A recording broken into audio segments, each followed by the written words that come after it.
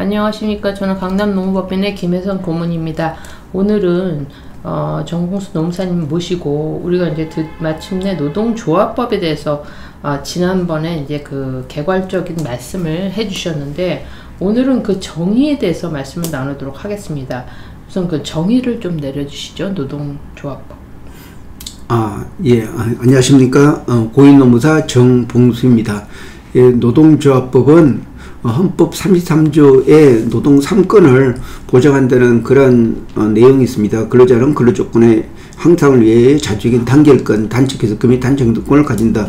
이런 내용을 가지고 노동조합법이 생겼습니다. 노동조합법 1조 목적을 보면은 이 법은 헌법에 의하여 근로자의 단결권, 단체 개속권 및 단체 행동권을 보장하여 근로조건을 유지 개선한다.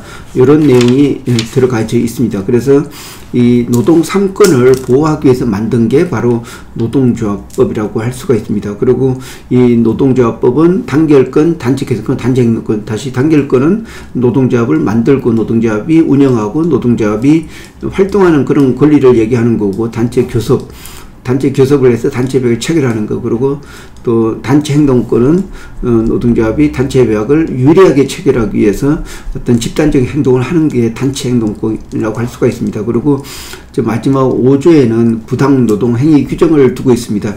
이것은 노동 3권만 보장되어 있지, 그에 대해서 어떤 노동 3권을 보장해주는 어떤 그 처벌 규정이 없으면은 사용자가 이게 노동조합을 아예 노동자로서 대우를 하지 않는다, 이런 부분이 있어가지고 이 노동 3권을 보호하기 위해서 제 5장 거기에 부당노동 행위 규정이 있고, 부당노동 행위로부터 구제받을 수 있는 조치를 기술하고 있는 게 바로 노동조합법이라고 할 수가 있겠습니다. 네, 그렇군요. 그렇다면 지금까지 우리가 근로기준법을 연구를 했는데, 지금 근로기준법상의 근로자와 노동조합법상의 근로자 차이가 어떤 점인가요? 예, 그 노동조합법의 근로자하고 또 사실 또 근로기준법에 있는 근로자는 좀 차이가 있습니다. 그래서 기본적인 차이는 우선 정의부터 보시면은, 근로기준법은 근로자라 하면 직업의 종류를 불문하고 사업 또는 사업장에서 임금을 목적으로 근로를 제공한 자를 말한다. 여기서 보니까 사업 또는 사업장에서 임금을 목적으로 근로를 제공한다. 그러니까 반드시 사업장이 필요합니다. 특정 사업장. 이게 바로 근로기준법상의 근로자입니다. 근데 노동조합법상의 근로자는 근로자라 하면 직업의 종류를 불문하고 임금, 급료, 기타에 이에 준하여 생활하는 자를 말한다. 그래서 이 노동조합법에 있는 근로자는 근로기준법에 있는 근로자를 포함하는 것뿐만 아니고, 사업 또는 사업장에 소속이 안 되더라도 그 임금을 목적으로 이제 근로를 제공하는 이러한 사람들은 비록 특정 사업장이 아니더라도 근로자로 인정을 받을 수가 있습니다. 네. 그러니까 다시 말해서 그 차이는 근로기준법은 이렇게 어떤 특정한 사업장에 국한되고 반드시 이제 취업을 전제로 이제 성립된다는 그런 내용이 있습니다. 그런데 노동조합법은 그런 게 아니고, 좀 이래 근로기준법에 근로자를 포함하면서 좀 더 실업자도 여기 말하는 근로자도 되고, 또 특정 사업자가 아니고 단지 이제 임금을 어떤 임금을 그걸 벌면서 생활하는 이런 사람들도 해당이 된다고 할 수가 있습니다. 그래서 이제 노동조합법상에 있는 근로자는 좀 더 폭넓게 이렇게 얘기를 하고 있습니다. 네, 그렇군요. 그러면 이 어떤 경우에 이게 적용이 되는 건가요? 예, 그래서 이 노동조합법상의 근로자는 비록 그 근로자가 아니라도 그 노동조합을 설립할 수 있는 그러한 사람들은 다 이제 그 노동조합법상의 근로자라고 할 수가 있습니다. 예를 들어서 택배 근로자들은 일종의 어떤 국방이나 아니면 우체국에 소속돼 가지고, 아니면 또 이런 그 배달 업체에 소속돼 있지만 다 개별적으로 이제 급여를 이제 수익금을 가지고 생활합니다. 그런데도 이 근로자로 인정받아 가지고 노동조합을 만들 수가 있습니다. 이 사람들이 개별적인 근로관계는 없더라도 어떤 자영업자지만은 어떤 종속적으로 어느 특정한 사업장에 이제 에서 그러니까 그 어떤 수입을 올리고 있기 때문에 어떤 그러니까 집단성에 있는 근로자로 인정이 돼가지고 노동 3권이 보장되고 있습니다. 네, 그렇군요. 그러면 그 효과는 또 어떤?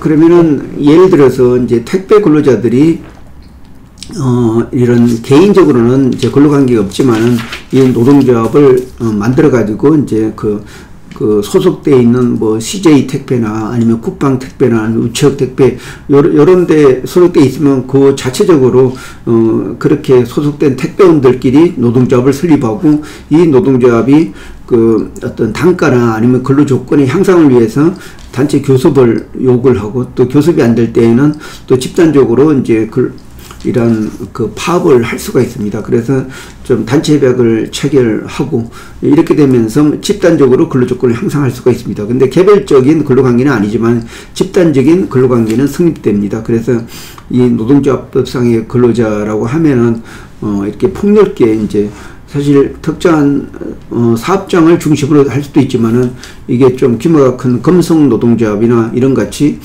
전 산업을 통틀어서 노동조합을 만들 수도 있고, 그리고 또 한국노총이나 민주노총 같이 이렇게 대규모의 어떤 조직을 갖춘 이런 노동조합도 가능하다고 할 수가 있습니다.